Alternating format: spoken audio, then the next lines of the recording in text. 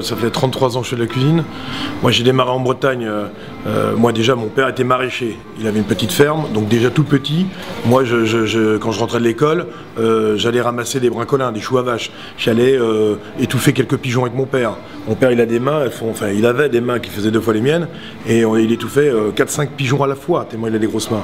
Et donc moi en rentrant de l'école, je faisais l'école missionnaire. C'était aller avec papa, aider, charger le camion pour le lendemain, préparer les produits, nourrir les animaux, tuer un lapin, tuer une poule, donc que des choses comme ça je faisais. Donc c'est comme ça aussi la cuisine m'est venue, parce qu'en plus, grande famille, 7 enfants, donc quand le dimanche, quand on se retrouve tous ensemble, bah, nous on avait 2 fours, 2 gazinières, parce que je vous assure que 7 gamins, 2 adultes, les grands-parents qui étaient là, ça fait 11 à table, ça fait du monde, hein. On a faim, et le premier qui met la fourchette dans le poulet, il a gagné quoi. L'envie de cuisiner, c'était mon père surtout qui m'a appris à cuisiner, ensuite ma grand-mère pour tout ce qui est la pâtisserie. Moi je suis parti ensuite en apprentissage, dès à 14 ans, je savais ce que je voulais faire, je voulais être boulanger-pâtissier. Et puis en fin de compte, je me suis mis à la cuisine.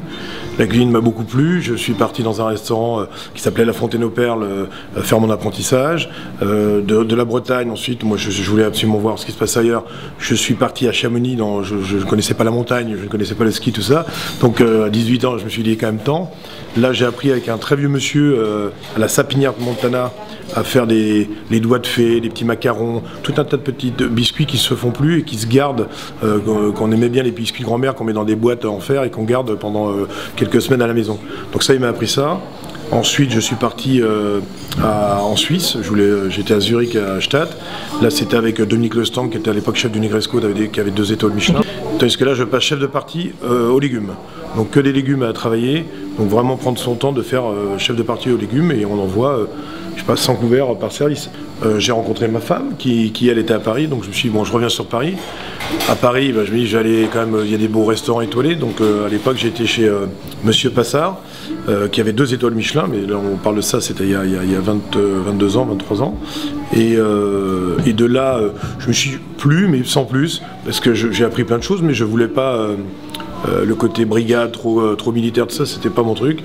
Et donc je suis parti, je suis retourné comme chef dans un bistrot lyonnais. Je voulais apprendre la cuisine lyonnaise, savoir faire un tablier de sapeur, savoir faire un saucisson de lyonnais, tous ces produits que je connaissais pas, une tête de veau, etc. Donc je suis resté pendant 1 an aussi là dans un restaurant pour faire ces produits-là, j'ai appris ça. Ensuite je suis revenu chez Taïwan, parce que je me suis Taïwan c'est quand même un super restaurant 3 étoiles. Philippe Legendre avait accepté mon CV, donc j'ai été chez lui. Là j'ai appris la viande avec lui, parce qu'à l'époque c'était vraiment un spécialiste de la viande, ça c'était en 96. Et au bout d'1 mois j'avais les doigts coupés partout tellement je tremblais, parce que quand vous êtes à côté de Monsieur Legendre, meilleur ouvrier de France, bah, vous coupez les doigts quand vous faites la panoufle de l'agneau, vous faites attention et vous coupez les doigts. Et de là, je suis parti chez Pierre Hermé, j'ai adoré, qui ouvrait la durée à l'époque, en 97. Et j'ai resté 2 ans chez Pierre Hermé, j'ai fait tous les postes.